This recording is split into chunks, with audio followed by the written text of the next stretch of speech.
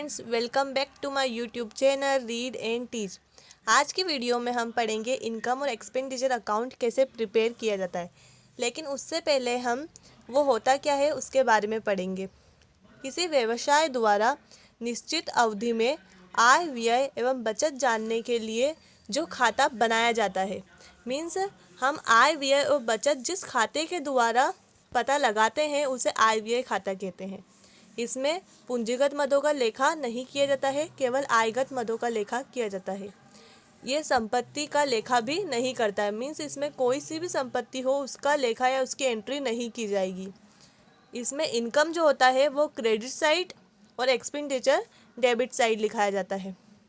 Income अगर हमारी ज़्यादा है एक्सपेंडिचर से तो हमें सरप्लस होगा और सरप्लस डेबिट साइड लिखा है। मीन्स अगर हमारी इनकम ज़्यादा है एक्सपेंडिचर से तो हमें प्रॉफिट होगा और प्रॉफिट को हम डेबिट साइड लिखते हैं। और अगर हमारी इनकम कम है व्यय से मीन्स एक्सपेंडिचर से तो हमें घाटा होगा और घाटा क्रेडिट साइड लिखाया जाता है। और इस खाते में केवल चालू वर्ष से संबंधित मदों का ही लेखा किया जाता है। पिछले या आने वाले वर्ष से संबंधित लेखा नहीं किया जाता। जिस मद का लेखा चालू वर्ष से होता है उसी का लेखा इस अकाउंट में किया जाता। अब हम एक एग्जाम्पल के द्वारा इस आय व्यय खाते को बनाना सीखेंगे। ये एग्जाम्पल जो है ये पिछले साल मतलब 2020 में जो पूछा गया था बोर्ड एग्ज़ाम में वो हमने यहाँ पर लिया है, जिसके द्वारा आप उसे भी सॉल्व कर सकते हैं और आय व्यय खाता भी बनाना सीख सकते हैं। सो पढ़ते हैं हम। 31 मार्च 2018 को समाप्त वर्ष के लिए नीचे दिए गए क्लीन दिल्ली क्लब के प्राप्ति एवं भुगतान खाते से आय व्यय खाता बनाइए। प्राप्ति भुगतान खाता हमें यहाँ पर दिया है और इससे हमें इनकम और एक्सपेंडिचर अकाउंट प्रिपेयर करना है। लेकिन उसमें हमें छांटना पड़ेगा कि इनकम कौन सी है और एक्सपेंडिचर कौन से है। सो ये हमें प्राप्ति और भुगतान खाता दिया है, लेकिन हमें पता है कि आय व्यय खाते में असेट्स नहीं लिखाते हैं, इसीलिए हम यहाँ से असेट्स को हटा देंगे। और जो प्राप्ति वाला साइट है वो हम इनकम की साइट में लिखते हैं और जो भुगतान वाला साइट है वो हम एक्सपेंडिचर के साइट लिखते हैं। सो पहले हम यहाँ टिक मार्क कर लेते हैं कि क्या इनकम है और क्या एक्सपेंडिचर। सो हम पहले प्राप्ति वाला पक्ष सॉल्व करेंगे। शेष आगे लाए या इसे प्रारंभिक कैश भी बोलते हैं, मतलब जो हमारा कैश होता है। और लेकिन कैश असेट्स है और असेट्स आय व्यय खाते में नहीं लिखाया जाता, इसीलिए हम इसे क्रॉस कर देंगे। चंदा, ये हमें पता होना चाहिए कि सब्सक्रिप्शन जिसे इंग्लिश में कहते हैं आय व्यय खाते में आय का मुख्य स्रोत होता है, इसीलिए चंदे को हम आय के पक्ष में लिखते हैं। प्रवेश शुल्क जो होता है वो भी हम लिखते हैं। दान अगर कोई बड़ा हो या पूंजीगत मीन्स उसमें दिया गया हो तो दान को हम नहीं लिखते, लेकिन यहाँ पर सिर्फ छोटी सी अमाउंट है तो इसीलिए हम उसे आय व्यय खाते में आय के साइड लिखेंगे। अब हॉल का किराया रेंट जो होता है वो भी आय तरफ लिखा जाता है, क्योंकि हमें अगर किराया प्राप्त हुआ है तो वो हमारी आय हुई, इसीलिए हम उसे भी आय व्यय खाते में लिखेंगे। अब विनियोगों का विक्रय, क्योंकि विनियोग मीन्स हमारा शेयर एक असेट्स होता है और उसका हमने विक्रय किया तो इसमें ये नहीं लिखा जाता है, क्योंकि असेट्स हम आय व्यय खाते में नहीं लिखते हैं। सो ये सारी अमाउंट हम इनकम साइड लिख देंगे। अब भुगतान साइड्स में हम देखेंगे कि क्या एक्सपेंसेस है और क्या नहीं। वेतन, अगर हम किसी को वेतन पे करते हैं तो वो हमारा एक्सपेंसेस हुआ, इसीलिए हम उसे भी लिखेंगे। किराया भी एक्सपेंसेस है, इसीलिए उसे भी लिखेंगे।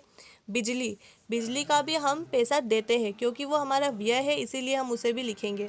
कर मीन्स टैक्स भी हम देते हैं और वो हमारा व्यय होता है, इसीलिए हम उसे भी लिखेंगे।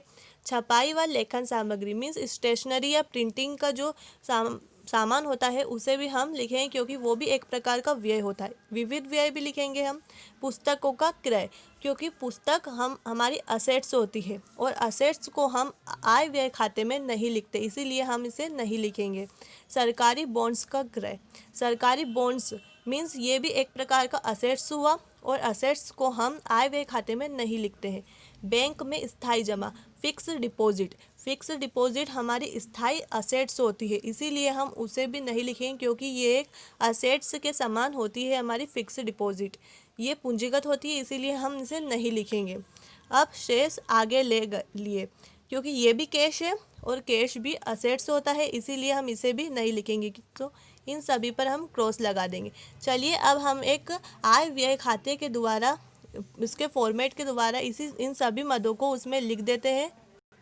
हमारे पास एक फॉर्मेट है आय व्यय खाते का, उसमें हम लिखेंगे। सबसे पहले clean Delhi club income and expenditure account for the year ending 31 मार्च 2018। क्योंकि ये वर्ष के लास्ट का है, इसीलिए हम यहाँ पर ये पूरा लिखेंगे। अब हमें पता है एक्सपेंडिचर डेबिट साइड लिखाता है और इनकम क्रेडिट साइड। हम यहाँ पर लिखेंगे जो जो हमने इनकम पर निशान लगाया था वो भी हम यहाँ लिखेंगे, और एक्सपेंडिचर पर जो जो लगाया था हम वो भी यहाँ पर लिखेंगे। सबसे पहले हम एक्सपेंडिचर साइड को प्रिपेयर करते हैं, क्योंकि हमें पता है डेबिट साइड हम 2 लिखकर एंट्रीज करते हैं। पहला था हमारा सैलरी, सैलरी को हम यहाँ पर राइट डाउन कर देंगे। सैलरी थी हमारी 1500 रुपये की, इसीलिए हम उसे यहाँ पर लिख देंगे। सेकंड था हमारा रेंट, जो हमें रिसीव हुआ था, तो रेंट को भी हम यहाँ पर लिख देंगे। थर्ड टू इलेक्ट्रिसिटी, इलेक्ट्रिसिटी था हमारा 3500 रुपये, उसे भी हम यहाँ पर राइट डाउन कर देंगे। ऐसे ही सारी हम यहाँ पर लिख देंगे जो हमने राइट डाउन की थी, हम ये सारा लिख देंगे। उसके बाद हम दोनों साइड्स को प्लस करेंगे और देखेंगे कि कौन सा साइड ज़्यादा है और कौन सा साइड कम है। तो हम इसे प्लस करेंगे तो हमारे पास आएगा 27,000 रुपये। लेकिन हम इसे जब प्लस करेंगे तो हमें पहले पता नहीं रहेगा कि कौन सा ज़्यादा है या कौन सा कम, तो दोनों साइड्स को हम प्लस कर लेंगे। हम जब इसे प्लस करेंगे तो यहाँ पर हमें आएगा 8,800 रुपये।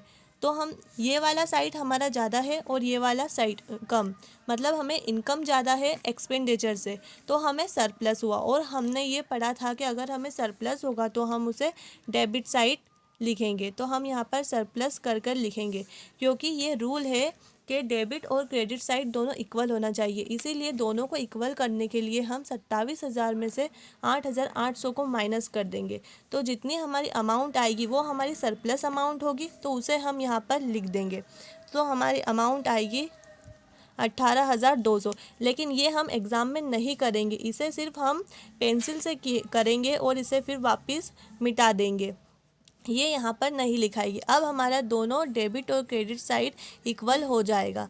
मीन्स जो हमें कम लगता है वहाँ पर हम लिखेंगे, क्योंकि हमारा इनकम ज़्यादा है एक्सपेंडिचर से, तो हमें प्रॉफिट हुआ। और सरप्लस हम डेबिट साइड लिखते हैं, इसीलिए उसे यहाँ पर हम लिख देंगे। इसीलिए आप पहले दोनों को पेंसिल से प्लस कीजिए, आपका जो अमाउंट ज़्यादा है उसमें से कम अमाउंट को माइनस कर दिए। आप देखिए कि इनकम ज़्यादा है या एक्सपेंडिचर। अगर इनकम ज़्यादा है एक्सपेंडिचर से तो सरप्लस होगा, या एक्सपेंसेस ज़्यादा है इनकम से तो हमें घाटा होगा, इसीलिए वो हम लिखेंगे क्रेडिट साइड।